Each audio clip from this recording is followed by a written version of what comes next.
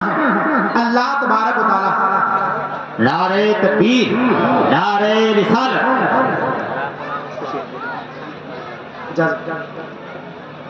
ہمارے زندگی کا مقصد یہ ہے کم سے کم ایک مرتبہ خوابوں ہی میں آقا کے جلوے کا دیدار ہو جائے۔ بولو بولو بولو، ہے کہ نہیں ہے؟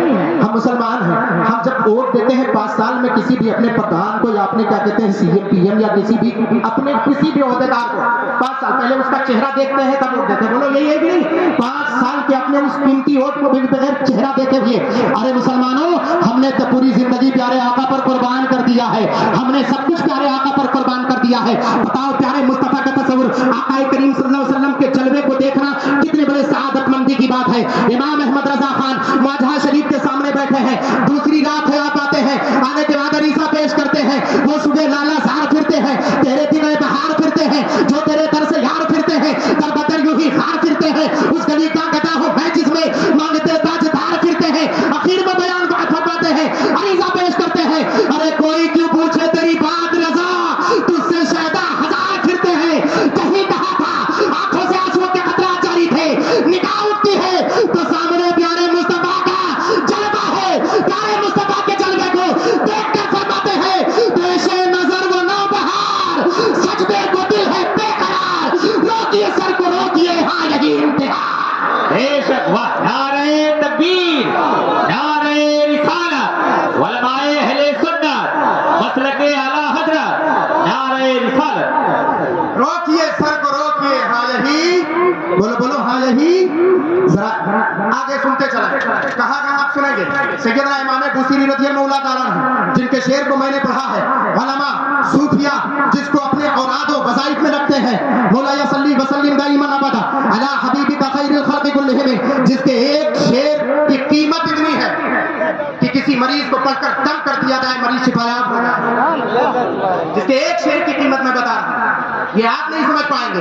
وقت کا خلیفہ ہے، اس کے پاس کسی صوفی نے کسی وقت علم دین نے ایک کاغذ دی تھی، اس ورقے میں کچھ لکھا ہوا تھا، اس کے پاس جتنے بھی مریض آتے تھے آنے کے بعد اس ورقے کو ان کے سر پہ رکھ دیتا تھا، وہ شفایاب ہو جاتے تھے۔ ارے نابینا شخص آتا، آنکھ کا پریشان حال آتا، اس کے سر پہ رکھ دیتے، اس کو بینائی آ جاتی تھی۔ سبحان اللہ سبحان اللہ۔ ایک وقت عالم ربانی کا ادھر سے گزر ہوا، انہوں نے پوچھا یہ بتاؤ تم آخر اس کے سر پہ کون سا ورقہ رکھتے ہو، اس میں لکھا کیا ہے؟ وقت حکمراں نے کہا تھا مجھے تو اتنا نہیں پتا اس میں لکھا کیا ہے، اگر آپ پڑھے لکھے ہو اس کی حقیقت کو جان پائے تو دیکھیں، تو دیکھا اس میں کچھ اور نہیں، قصیدہ بردہ کے اشعار لکھے ہوئے تھے۔ امین تذکر جیلانی بدی سلم بزستجب ان جرام مقلت بدمی ام حبت الرح من تلقاء قادمت واو مد البرق فی الظلماء من ذبی۔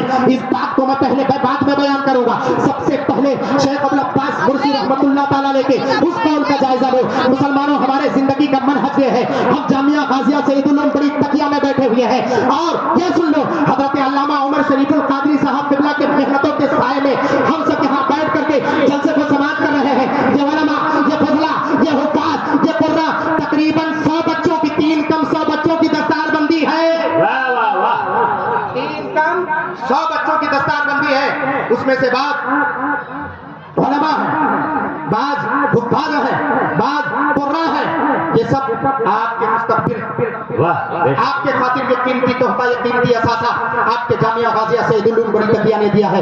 بیٹھیں اور آپ سنیں، شیخ ابو العباس مرسی رحمۃ اللہ علیہ عشق مصطفیٰ کا درس دے رہے تھے، وہ عشق مصطفیٰ صلی اللہ تعالی علیہ وسلم جس کے بارے میں اعلیٰ حضرت سرکار بہت ہی خوب فرماتے ہیں، اے عشق تیرے صدقے جلنے سے چھٹے سستے، اما جو آگ بجھا دے گی وہ آگ لگائی ہے۔